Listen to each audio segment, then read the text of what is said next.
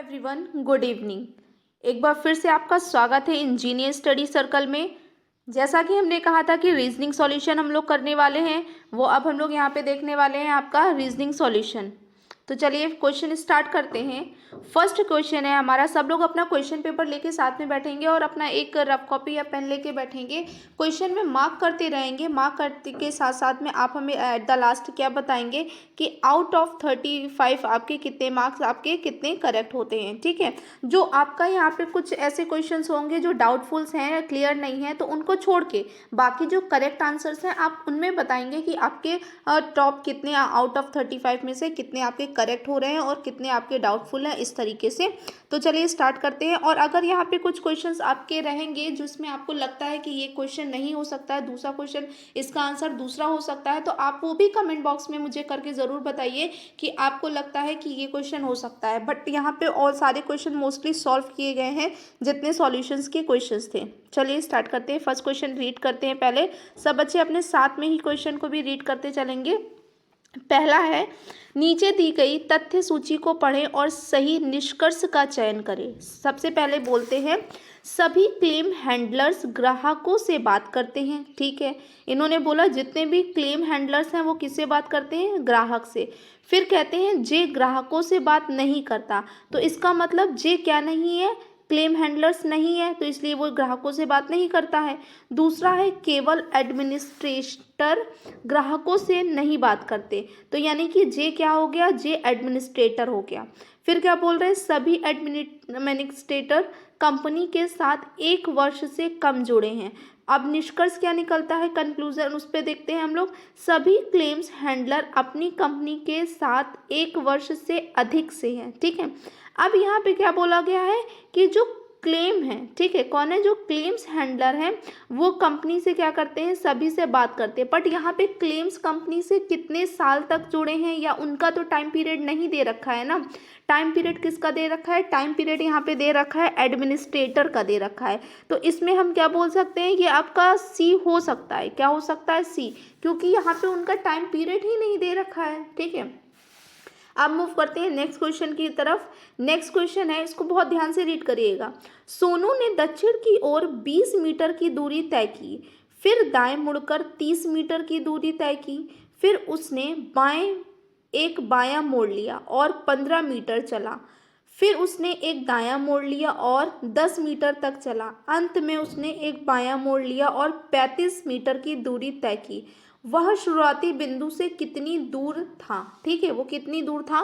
तो चलिए यहाँ पे देख लेते हैं आपको शुरुआती बिंदु से। तो यहीं पे आप देख लीजिए जैसा जैसा बोलता जा रहा है। तो सबसे पहले सोनू किस डायरेक्शन में चलेगा? दक्षिण। तो ये यानी आप किस में चलाओगे? आप साउथ में चलाओगे। फिर वो कितना कब से कहाँ चलेगा? दाएं मुड़ जाएगा, तो दाएं आपका ये हो जाएगा। ये कितना चलेगा? 30 मीटर चलेगा।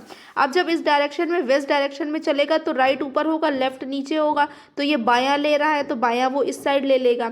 यहाँ से वो कितना चलेगा? 15 किलोमीटर चलेगा। अब जब वो साउथ डायरेक्शन में आएगा तो फिर वो कौन सा लेगा? दायां। तो साउथ डायरेक्शन में जब चल के आओगे तो दायां उसका क्या हो जाएगा? ये हो जाएगा। यहाँ पे वो कितना चलता है? 10 मीटर चलता है। अब यहाँ से चलने के बाद में जब वो फिर वेस्ट में चलेगा तो अब वहाँ से वो दायां लेता है, यानी कि राइट लेगा, तो राइट उसका ये चला जाएगा। और यहाँ से कितना चलता है? 35। अब क्या बताया है कि वो प्रारंभिक बिंदु इसका कहाँ था? यहाँ से था। अब यहाँ से इसने चला, यहाँ पहुँचा, वो अपनी प्रारंभिक दूरी कितनी दूरी है? तो ये दूरी आपको बतानी है। तो यहाँ पे हम लोग देखेंगे कि ये वाली दूरी कितनी है? ये 10 है। और यहाँ पे कितना चला था? 30 चला था। यहाँ पे ये कितना चला था? 30 चला था। ये देखिए आप, यहाँ पे आपका चला 30, तो ये टोटल यहाँ पे कितना हो गया? 40। तो इस तरीके से आंसर यहाँ पे सी कौन सा आ गया? सी करेक्ट हुआ, 40। नेक्स्ट मूव करते हैं। आपका क्वेश्चन नंबर 53 है। Direction, read the following statement. फिर से यहाँ पे एक दूसरा है। अब इसको देखते हैं कैसे सॉल्व किया गया। हाँ, इसमें बोला गया, देखो यहाँ पे हम क्वेश्चन आपको साथ में बना बना के दिखाते भी जा रहे हैं। क्या बोल रहे हैं? राधा और राहुल के 2 बच्चे हैं। ये राधा है, ये राहुल। हमने यहाँ पे मेल और फीमेल नहीं बताया क्योंकि यहाँ पे ये नहीं बताया गया कौन राधा है, कौन फीमेल है, कौन मेल है। देखिए जब हम रीजनिंग में इस तरीके के क्वेश्चन सॉल्व करते हैं तो वहाँ पे देखो इंडियन के अकॉर्डिंगली नाम तो ये आपका मेल हो जाएगा, ये आपका फीमेल हो जाएगा। बट अगर रीजनिंग में आप देखोगे, अगर ब्रॉड लेवल से बात करते हैं तो जब तक कि आपको उस नेम में ये नहीं बताया जाता है कि एक फीमेल है या मेल है, तब तक कि आप उसको अननोन ही समझेंगे। जब जहाँ पे बता देगा, क्योंकि इंडिया में अगर फॉरेनर में आप जाके कोई भी बॉय बोल देगा आपका नाम राधा है, तो वहाँ पे उनको मान लिया जाएगा। क्यों? क्योंकि वहाँ पे सबके नेम डिफरेंट होते हैं, किसी को पता नहीं चलता। बट हम लोग यहाँ पे इंडियन में सबके नेम डिफरेंट होते हैं। तो चलिए अब स्टार्ट करते हैं। क्या बोल रहे हैं? राधा और राहुल के कितने बच्चे हैं? 2 बच्चे हैं। एक कौन हो गया आपका? ये हम लोग इस तरीके से ओवल में रिप्रेजेंट करते हैं। दिव्या हो गया और दूसरी क्या हो गई? सिम्मी हो गई। अब क्या बोल रहे हैं कि दिव्या ने अनुज से शादी कर ली। तो दिव्या ने जब किससे शादी कर ली? अनुज से। तो जिससे वो शादी करेगी तो उसके साथ में क्या लगेगा यहाँ पे? रिलेशन हम लोग यहाँ पे जो शादी करेगी तो हम लोग वो रिलेशन डबल से इंडिकेट करेंगे। तो दिव्या से शादी किसने कर ली? अनुज ने कर ली। ठीक है। जो मधु और रामू का बेटा है, तो जो अनुज है वो किसका बेटा है? मधु और रामू का बेटा है। तो इस तरीके से रिप्रेजेंट करा देंगे हम लोग। फिर क्या कहते हैं? रेशमा अनुज की बेटी है। तो अनुज की बेटी है ना, तो अब इसको सर्कल में रिप्रेजेंट कर लीजिए। तो ये क्या हो गया आपका? रेशमा हो गई। फिर क्या बोल रहे हैं? रेशमा अनुज की बेटी। अनुज की बहन सुमा की शादी। तो अनुज की एक बहन है, वो कौन है? सुमा। यहाँ पे अब देखो, ये अनुज है, अनुज की यहाँ बहन क्या हो गई? सुमा हो गई। उसको इस तरीके से रिप्रेजेंट करेंगे। उसकी शादी किससे हो जाती है? सुबोध से। तो सुबोध से शादी हो जाती है, तो यहाँ पे इसको इस तरीके से रिप्रेजेंट करेंगे। ध्यान से समझिएगा। ये लगाया, ये सुधा हो गई। अब ये रिप्रेजेंट करते हैं, उसकी शादी किससे हो जाती है? सुबोध से। सुधा लड़की है, तो ये क्या हो गया? सुबोध हो गया। ठीक है। अब क्या बोल रहे हैं? सुबोध से शादी हुई और तरुण और अमन उनके बेटे हैं। अब इनके बेटे कौन है? तरुण और अमन है। कौन है? तरुण और अमन है, ये इन्हीं के बेटे हैं। क्वेश्चन में क्या पूछता है? अमन और रेशमा के बीच क्या संबंध है? अब देखो, अनुज की बहन कौन है? सुबोध है। तो ये बहन का बेटा हो गया और ये भाई की बेटी।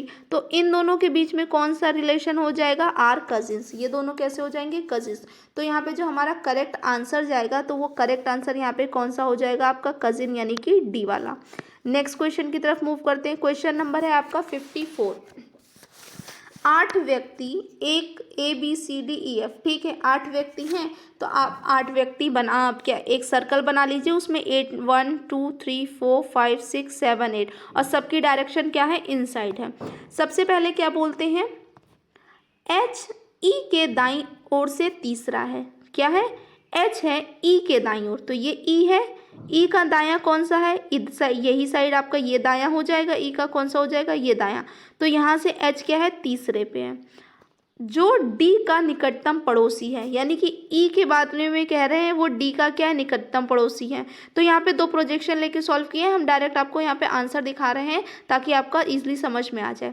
तो क्या हो गया? यहाँ पे D हो गया। बोला है E C के दाईं ओर से तीसरा है। ठीक है। जो E है वो C के क्या है? दाईं ओर से दूसरे स्थान पे। C ये है, C का दायां यानी कि राइट, 1 2, तो E क्या आ जाएगा आपका? दूसरा नंबर आ जाएगा। क्या हो जाएगा आपका? दूसरा नंबर हो गया। फिर बोल रहे हैं B G के ठीक बाईं ओर है। तो अब G का लेफ्ट क्या है? G का लेफ्ट की बात अगर हम लोग करेंगे तो G का लेफ्ट ये है, और इसी यहीं पे क्या दे रखा है? लेफ्ट में आपका B दे रखा है। करेक्ट हो गया। D B के दाएं से दूसरा है। जो D है वो B के दाएं से दूसरा है। ठीक है। B के दाएं से दूसरा है और F के दाएं से चौथे स्थान पर है। तो D क्या है आपका? ये D है। ठीक है। अब D है तो D को कहाँ से लेंगे? F से चौथे स्थान पर है,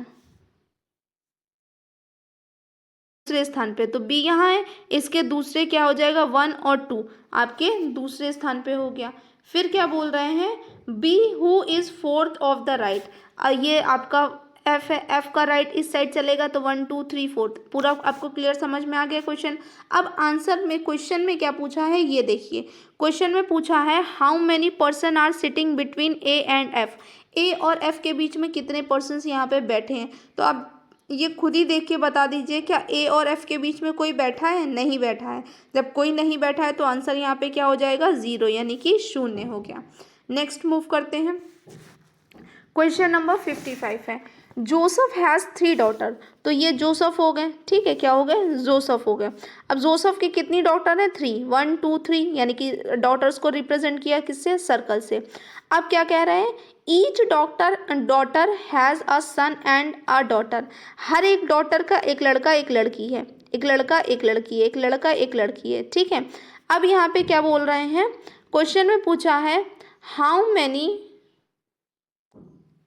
पूछा है the family consist of only 3 this numbers members, how many male members are in the family, male members कितने हैं ये बताना है, ठीक है। अब ये आपको ये देखो यहाँ पे ये तो बोला गया है तीनों के एक लड़के हैं, ठीक है। इस केस में आप यहाँ पे आंसर देखो, अगर हम लोग रीजनिंग के अकॉर्डिंगली जाते हैं तो अब यहाँ पे इसका आंसर हम लोग लिखेंगे कि वो कितने हैं, 3 हैं, 3 हैं, क्योंकि जोसेफ ये नहीं बताया कि जोसेफ माँ है या जोसेफ क्या है, मेल है या फीमेल है, क्या है, जोसेफ फीमेल है या मेल है ये तो बताया नहीं है। क्या पता ये भी बोल सकते हैं ना कि जोसेफ माँ है और उसके माँ के 3 बच्चे हैं, ठीक है। तो इस केस में ये क्या हो जाएगा, फीमेल हो जाएगी, तो बॉयज़ कितने हो जाएंगे, 3। अगर ये क्या हो जाएगा, फादर हो जाएगा, उस केस में आंसर क्या हो जाएगा, 4। तो यहाँ पे इसको हम लोग दोनों में लेके चलते हैं और फाइनल आंसर की का वेट करते हैं कि आपका क्या आंसर होगा। तो यहाँ पे आप दोनों में आप श्योर नहीं हैं कि आपका 3 होगा या फिर आपका 4 होगा, क्योंकि अगर जोसेफ फादर है तो 4 हो जाएगा, बट अगर जोसेफ मदर के प्रेजेंट उस पे प्लेस पे आती हैं, नाम पे मत जाइएगा, रीजनिंग है, रीजनिंग नाम पे नहीं डिफाइन करता है, जब तक कि डिपेंड करेगा जब तक कि आपको बोला नहीं जाए कि जोसेफ माँ है या जोसेफ फादर है। तो इस केस में आपका 3 और 4 में से कोई एक हो सकता है। नेक्स्ट मूव करते हैं 57 की तरफ। Amit is the brother of Rajan, क्या बोल रहे हैं, अमित है वो ब्रदर है किसका, राजन का, ठीक है। एक हम लोग ने सिमिलर कर लिया, ठीक है, अमित अब ब्रदर है तो इसको हमने मेल रिप्रेजेंट किया। फिर क्या कहते हैं, एंड सन ऑफ कमल, यानी कि जो अमित है, एंड किसके लिए यूज कर रहे हैं, अमित के लिए, एंड सन ऑफ कमल, तो अमित क्या है, कमल का बेटा है, तो एक हमने जनरेशन कर लिया। फिर क्या कह रहे हैं, Rakesh is the father of Kamal, तो राकेश है वो कमल के फादर हैं। तो अब यहाँ पे पूछा है आपका अमित कैसे रिलेटेड है राकेश से, तो ये देख लो भैया किसका हो जाएगा, ग्रैंडसन ही तो हो जाएंगे। तो नेक्स्ट क्वेश्चन मूव करते हैं, इसका आंसर आपका हो जाएगा ए वाला, P and Q R multiple of 10। Next है आपका, ये क्वेश्चन अभी भी हम लोग ने सॉल्व किया है, ठीक है। तो इसका आंसर देख लेते हैं, जो आंसर पूछा गया है वही डायरेक्ट करते हैं। Who is the 5th to the left of A आपका ये है, ये लेफ्ट हो जाएगा, ये राइट हो जाएगा, ठीक है। तो अब यहाँ पे लेफ्ट राइट हो जाएगा, तो ये लेफ्ट है ये राइट है, राइट से 5th पूछा है, तो 1 2 3 4 5th, तो करेक्ट आंसर यहाँ पे कौन सा जाएगा, आपका डी जाएगा, कौन सा होगा, डी। नेक्स्ट मूव करते हैं,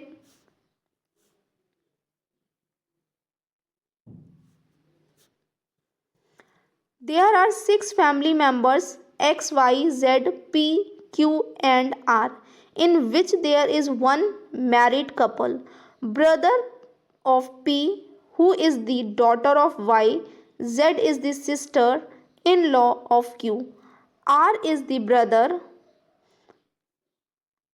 of Z, Y is the sister of Z, who is the mother of X, ठीक है। तो यहाँ पे मदर ऑफ एक्स कौन हो जाएगा, आपका Q हो जाएगा, क्यों, क्योंकि R ही क्या है, इससे रिलेटेड है।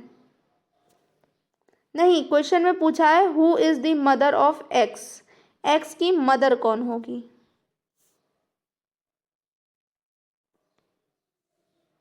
पूछा है who is the mother of x, x की मदर कौन है, ठीक है। क्वेश्चन रीड करते हैं, वैसे ही पढ़ते रहते हैं। क्या बोल रहे हैं, यहाँ बोल रहे हैं x is the brother of P, x क्या है, पी का ब्रदर है, तो एक्स आपका क्या है, मेल है। Who is the daughter of Y, यानी कि आपका क्या है, पी कौन है, वाई की डॉटर है, बेटी हो गई, तो इन दोनों का जेंडर डिफाइन हो गया। Z is the sister in law of Q, ठीक है। क्या बोल रहे हैं, जो जेड है वो सिस्टर इन लॉ होगी किसकी, क्यू की, यानी कि जो क्यू है, क्यू से जो शादी करेगा उसकी ये कौन है, बहन होगी, जेड क्या होगी, बहन होगी। तो आपकी ये क्या बन जाएगी, सिस्टर इन लॉ बन जाएगी। फिर क्या कह रहे हैं, R is the brother of Z, ये क्या हो जाएगा, आर इसका ब्रदर हो जाएगा, ये रिलेशन आ जाएगा आपका, ठीक है। इस तरीके से देखो आर और जेड में सिंगल लाइन हो गया, ठीक है। आपका फिर क्या हो गया, वाई और हो गया। फिर क्या बोलते हैं, R is the brother of Z, Y is the sister of Z. तो वाई क्या है, जेड की सिस्टर है। Who is the mother of X. तो जब देख लिया है कि जेड क्या है आपकी, वाई क्या है, सिस्टर है, तो वाई तो फीमेल हो गई ना, और वाई की ही डॉटर कौन थी, पी। तो अब यहाँ पे और एक्स की भी मदर क्या हो जाएगी, एक्स और पी तो दोनों भाई बहन है ना, तो एक्स की भी मदर कौन हो जाएगी, वाई है आपकी। तो यहाँ पे मदर का क्या आ जाएगा, वाई हो जाएगा। नेक्स्ट मूव करते हैं नेक्स्ट क्वेश्चन की तरफ। स्टडी द गिवन इन्फॉर्मेशन, ठीक है। यहाँ पे डायरेक्शन मैंने आपको दे रखा है, अब डायरेक्शन के लिए अब आपको समझ में आ गया। तो यहाँ पे करेक्ट आंसर कौन सा हो जाएगा आपका, वेस्ट हो जाएगा। कौन सा हो जाएगा, पश्चिम। बाकी आप मिला लेंगे, जहाँ पे डिफिकल्ट होगा वो मैं एक्सप्लेन कर दूंगी। यहाँ पे क्या पूछा गया है, ठीक है, बोल रहे हैं न, आपका सोनू है, सोनू का जो आपने डायरेक्शन लिख दिया, क्या हो गया, ईस्ट वेस्ट नॉर्थ साउथ, यानी कि पूरा आपका हो जाएगा, ये हो जाएगा पूर्व पश्चिम उत्तर और दक्षिण। क्या बोल रहे हैं, T2 सोनू के दक्षिण की ओर है, ठीक है। सोनू ये है तो सोनू के दक्षिण में कौन है, T2 है। और रानू सोनू के पूर्व में है, तो सानू ये है, अब सोनू ये है तो रानू यहाँ हो गया। अब इनका डायरेक्शन पूछा तो ये डायरेक्शन कौन सा होगा, ईस्ट वेस्ट होगा, आपका कौन सा होगा, साउथ ईस्ट होगा। तो करेक्ट आंसर कौन सा हो जाएगा, यहाँ पे साउथ ईस्ट हो जाएगा। नेक्स्ट मूव करते हैं 63। तो 63 को क्वेश्चन ध्यान से पढ़ लीजिए। क्या बोल रहे हैं, एम एक फ्लैट में रहती है, ठीक है, जिसका बीमा नहीं किया हुआ है। तो एम ऐसे घर में रहती है जिसका बीमा नहीं किया हुआ है। फिर कह रहे हैं बैरो रोड के सभी फ्लैट का बीमा प्रीमियम कवर के साथ है, यानी कि एम बैरो रोड में नहीं रहती है। इससे एक और कंक्लूजन मिल गया। दूसरा है श्रीमान तथा श्रीमती जे अपने फ्लैट का बीमा प्लेटिनम रिस्क के साथ करवाया है, यानी कि जो जे हैं वो कहाँ पे रहते हैं, आपके बैरो रोड में रहते हैं। फिर क्या बोल रहे हैं, डब्लू बैरो रोड के एक फ्लैट में रहती है। यहाँ से पूछा है श्रीमान तथा श्रीमती जे बैरो रोड पर नहीं रहते हैं, ठीक है। तो अब ये देखा गया है कि बैरो रोड पे जो लोग रहते हैं उनका क्या है, प्रीमियम कवर है, क्या है आपका, प्रीमियम कवर है, यानी कि वहाँ के जितने भी फ्लैट है उनका बीमा है। तो श्रीमान और श्रीमती क्या है, बैरो रोड पे रहते हैं, तो ये कंक्लूजन आपका क्या हो जाएगा, करेक्ट हो जाएगा। तो यहाँ पे कंक्लूजन कौन सा आएगा, सही आएगा। नेक्स्ट है X is the sister of Y and daughter of L, ठीक है। एक्स क्या दे रखी है, सिस्टर है वाई की, ये आपने रिप्रेजेंट कर दिया फीमेल को सर्कल से। वाई की क्या है, और Y and daughter of L, तो आपका डॉटर क्या हो जाएगी, एक्स एल की हो जाएगी, एल की क्या हो गई, डॉटर हो गई। फिर क्या बोल रहे हैं, brother of S and husband of W, तो वो क्या है, ब्रदर ऑफ एल क्या है, डब्लू का एस है का ब्रदर है डब्लू, सॉरी एस का ब्रदर कौन है, एल है, और डब्लू का एल क्या है, हस्बैंड है। ये हो गया आपका। P is the father of S, P क्या है, एस का फादर है। Who among the given options can possibly be wise mother, wise mother यानी कि वाई की मदर कौन हो गई, ये हो गई, ठीक है। ब्रदर इन लॉ, अब इनका ब्रदर इन लॉ की बात करेंगे तो ब्रदर इन लॉ कौन हो जाएगा, एस। वैसे यहाँ पे क्वेश्चन में एस का जेंडर डिफाइन नहीं किया गया है, ठीक है, पर हम लोग यहाँ पे ऑप्शन में भी देख लेते हैं। के तो दिया नहीं है तो के पहले ही कम हो गया, ठीक है। और आपका वाई का देखेंगे तो आपका डब्लू का देखेंगे तो एल तो हस्बैंड है, तो ये भी गलत हो गया। और पी क्या है, पी उसका आपका फादर इन लॉ हो गया। तो आपका करेक्ट आंसर कौन सा जाएगा, एस ही जाता है यहाँ पे, क्योंकि ऑप्शन एस ही, अगर और कुछ दिए रखा होता तो हम लोग वो ले लेते हैं। नेक्स्ट मूव करते हैं नेक्स्ट क्वेश्चन की तरफ। कंक्लूजन वाले हैं आपके answers. Question number 65, Royan Xavier's school का छात्र है। जेवियर्स स्कूल के सभी छात्रों ने डिस्टिंक्शन के साथ परीक्षा उत्तीर्ण की है। निष्कर्ष क्या निकलता है, रोयान ने डिस्टिंक्शन के साथ परीक्षा उत्तीर्ण की, ठीक है, ये तो सही हो गया। दूसरा क्या है, जेवियर्स स्कूल में स्कूल की फीस बहुत ज़्यादा है, इसके बारे में तो बताया ही नहीं गया, तो इस तरीके से ये वाला क्या हो जाएगा आपका, रॉन्ग हो जाएगा। फिर क्या बोलते हैं आपका फर्स्ट वाला सेकंड वाला रॉन्ग हो गया, कंक्लूजन। फिर क्या बोल रहे हैं, जेवियर स्कूल जैसी प्रतिष्ठा किसी अन्य स्कूल की नहीं है, इसके बारे में भी कुछ नहीं कहा गया। तो इसलिए यहाँ पे जो आंसर करेक्ट जाता है वो करेक्ट आंसर कौन सा हो जाएगा, फर्स्ट वन। कौन सा करेक्ट हो जाएगा आपका, सी पॉइंट। नेक्स्ट क्वेश्चन की तरफ मूव करते हैं। नेक्स्ट क्वेश्चन नंबर है 66। यहाँ पे आपको दे रखा है, ठीक है, इसका आपका क्वेश्चन ये हमने ड्रॉ कर रखा है यहाँ पे, तो ड्रॉ पहले कर रखा है तो आप इसको समझ लीजिएगा। फटाफट आंसर मार्क करते हैं। आंसर में पूछा है what is the position of M with respect to J. M की पूछा है तो एम कहाँ पे है इसके, तो ये आपका क्या है, राइट हैंड साइड, तो सेकेंड राइट हो जाएगा। तो करेक्ट आंसर यहाँ पे कौन सा हो जाएगा, second to the right. M की डायरेक्शन क्या हो जाएगी, सी वाला पॉइंट क्या हो जाएगा आपका यहाँ पे करेक्ट हो जाएगा। नेक्स्ट है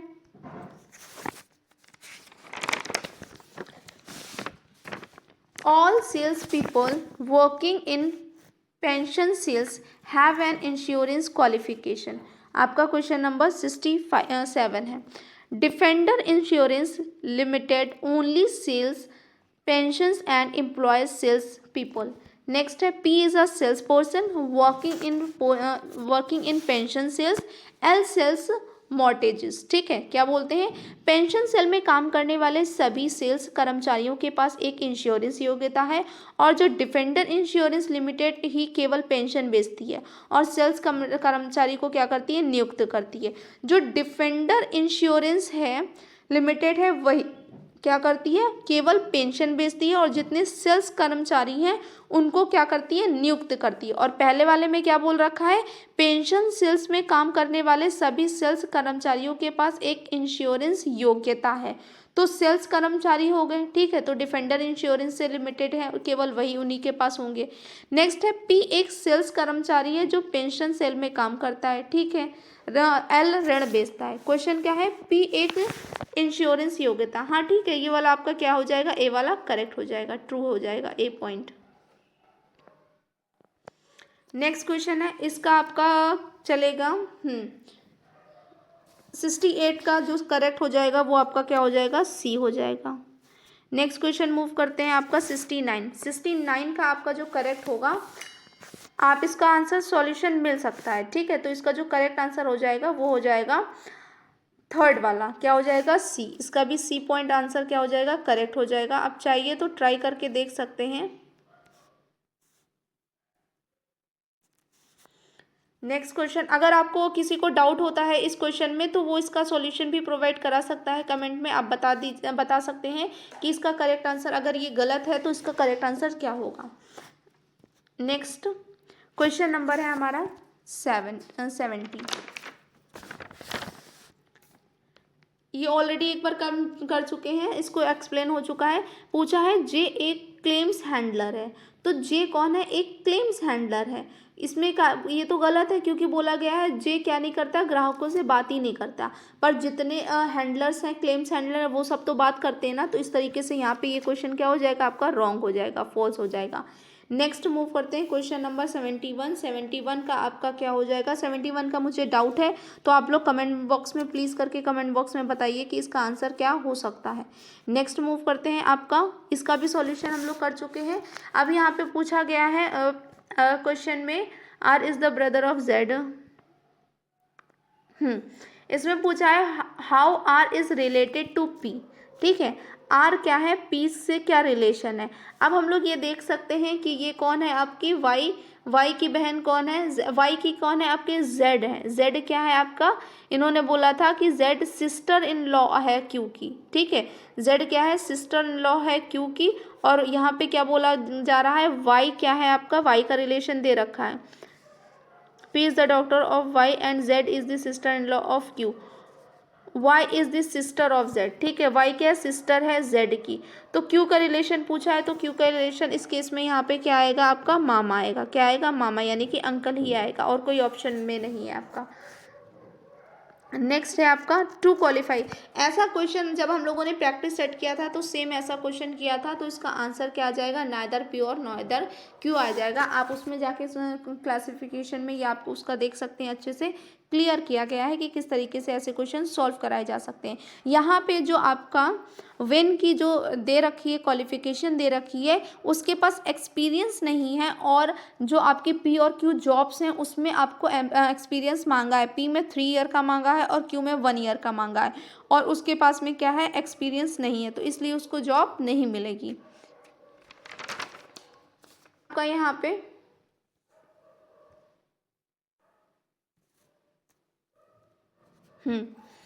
सेम टू सेम हम लोग यहाँ पे सॉल्व कर चुके हैं इसको। अब यहीं से देखते हैं who is third to the right of जी।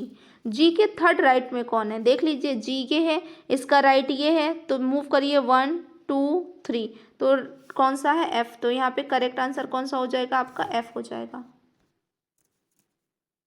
देखिए एक क्वेश्चन है, उसी को सॉल्व किया, उसी को 3-4 बार घुमा घुमा के क्वेश्चन पूछे जा चुके हैं। नेक्स्ट क्वेश्चन है हमारा यहाँ पे, पेंशन वाला है, एल एक इंश्योरेंस योग्यता है, ठीक है। तो यहाँ पे एल के बारे में कुछ नहीं कहा गया है, एल के बारे में सिर्फ और सिर्फ क्या बोला गया है, एल ऋण बेचता है, ठीक है। तो यहाँ पे इसका आंसर विसंगत हो सकता है या इर्रिलेवेंट हो सकता है। नेक्स्ट क्वेश्चन की तरफ मूव करते हैं, तो इसका आपका क्या हो जाएगा, आपका अकॉर्डिंग टू मी ये आपका क्या है, गलत होगा। ये जो आपका कंक्लूजन दे रखा है, डब्ल्यू के फ्लैट का बीमा प्लैटिनम रिस्क के साथ है, क्योंकि यहाँ पे बोला है कि डब्ल्यू बैरो रोड के एक फ्लैट में रहती है, ठीक है। और क्या बोला गया है, बैरो रोड के सभी फ्लैट क्या है, बीमा प्रीमियम के साथ है, ठीक है। और डब्ल्यू कहाँ रहती है, बैरो रोड पर ही रहती है, तो ये आपका क्या है, सही हो जाएगा, ठीक है। तो बैरो क्या है आपका, डब्ल्यू के फ्लैट का बीमा, ठीक है। इसका क्या हो जाएगा, करेक्ट आंसर सही है,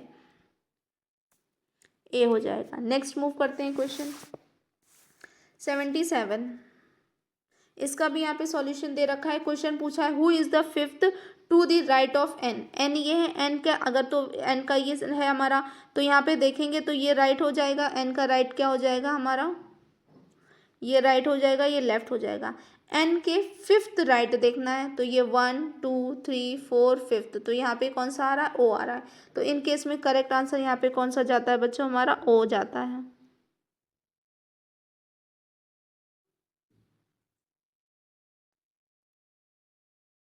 नेक्स्ट मूव करते हैं, आपका क्वेश्चन है देवी सलमान की एकमात्र आंट है। तो उन्होंने बोल दिया सलमान की सिर्फ और सिर्फ एक ही आंट है, वो कौन है, देवी है। फिर बोल रहे हैं माया सलमान की एकमात्र आंट है, तो माया कहाँ से आ गई, तो ये गलत हो गया। दूसरा बोल रहे हैं नूरा सलमान की एकमात्र आंट का भाई है, तो ये भी गलत है, ठीक है। तो नूरा सलमान की एकमात्र आंट का भाई है, तो यहाँ पे आपका सेकेंड वाला नहीं करेक्ट है, इसलिए यहाँ पे क्या है आपका आंसर, ये डी आ जाएगा।